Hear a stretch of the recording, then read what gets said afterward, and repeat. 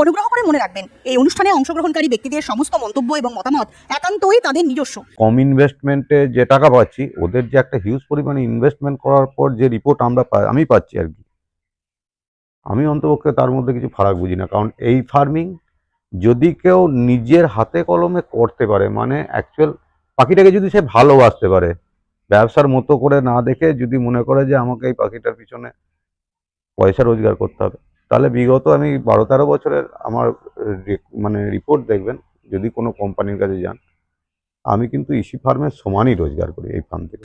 15 বছরের পর সরকারের পালাবদল ঘটেছে পশ্চিমবঙ্গে। নতুন প্রাণী সম্পদ দফতর কি ভাবছেন বাংলার পোল্ট্রি শিল্প নিয়ে? ইন্ডিয়া পোল্ট্রি নিউজের আজকের এপিসোডে দর্শক বন্ধুদের স্বাগতম। বাংলার পোল্ট্রি জগতের খবর চান? আমাদের চ্যানেলে চোখ রেখে যান।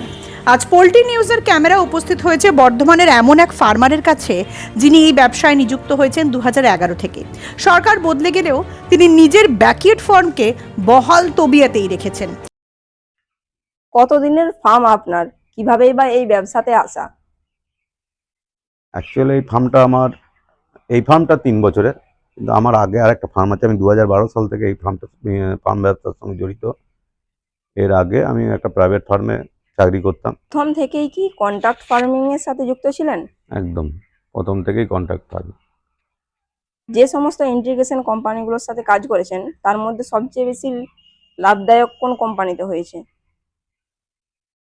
সব কোম্পানি, আমি ধরুন প্রথমে আরামবাগের সঙ্গে করতাম, তখন আরামবাগ উঠে গেছে। তারপরে ধরুন হাইটেক আছে, সুর আছে, মোটামুটি একটা লেভেল মেনটেন করে প্রত্যেকেই চলে। মানে ভালো মন্দ খুব যে বেশি ফারাক থাকে তা থাকে না। এবার কোনো সময় বিশেষে হয়তো একটা কোম্পানি খারাপ দেয়, টাকা দেয়, আবার কোনো কোম্পানি হয়তো ভালো দেয়, তারপরেই আবার সেই কোম্পানি রিকভারি করে নেয়। মোটামুটি ব্যালেন্স করে চলে সব কোম্পানি আর কি।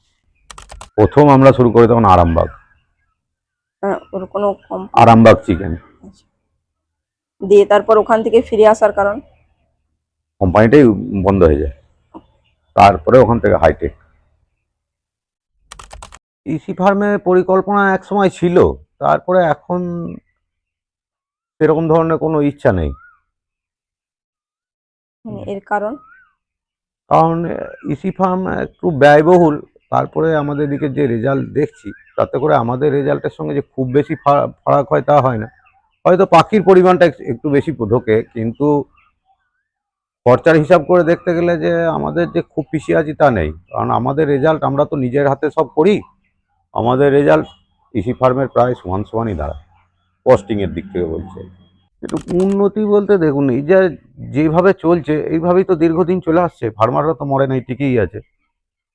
আর ইসি ফার্মের যে রেজাল্ট এখন সবাইকার তো ভালো দেখছি না।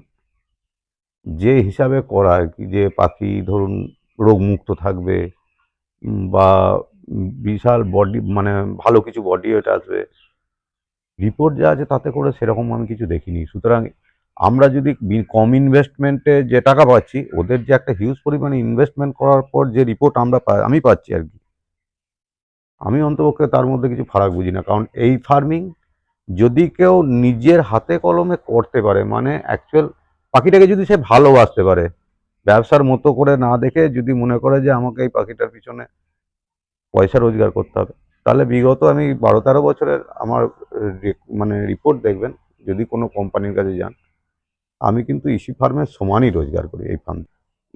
ইনভেস্টের কথা মাথায় রাখলে, আর ওই পরিমাণে ইনভেস্ট যে মানুষ করতে যাবে, সরকার তো সামর্থ্য নেই, সেই হিসাবে আমাদের এই ফার্মিং ঠিক আছে। অবশ্যই প্রয়োজন আছে। এবার হয় কি, এটা সেই মানে আমার থেকে আরেকজন শিখলো, আমার থেকে আর একজন শিখলো, এইভাবে সে কিছু এক্সপেরিমেন্ট করতে গিয়ে দেখলো যে হ্যাঁ ঠিক আছে, দিয়ে কিছু মডিফিকেশন করে আবার সেটাকে চালু করছে। কিন্তু অ্যাকচুয়াল যে ট্রেনিং মারফত, যে মানে প্রপার যে সায়েন্টিফিক ওয়েতে যে চাষ, খুব কমজনই করে, যার জন্যে রেজাল্টও ওই রকম দেখা যায় যে একই ফিড, একই চিক্স, রেজাল্ট বিভিন্ন জনকার বিভিন্ন হচ্ছে, ওয়েদারও একই। তার কারণ হচ্ছে ওই অভিজ্ঞতাটা, কেউ হয়তো সায়েন্টিফিক ইয়েটাতে একটু নিজের বুদ্ধিমত্তা বেশি প্রয়োগ করে, তার রেজাল্ট একটু ভালো হয়। আর কেউ এক্সপেরিমেন্টাল বা অন্য কারো শুনে শুনে করে, সেখানে রেজাল্ট একটু খারাপ হয়।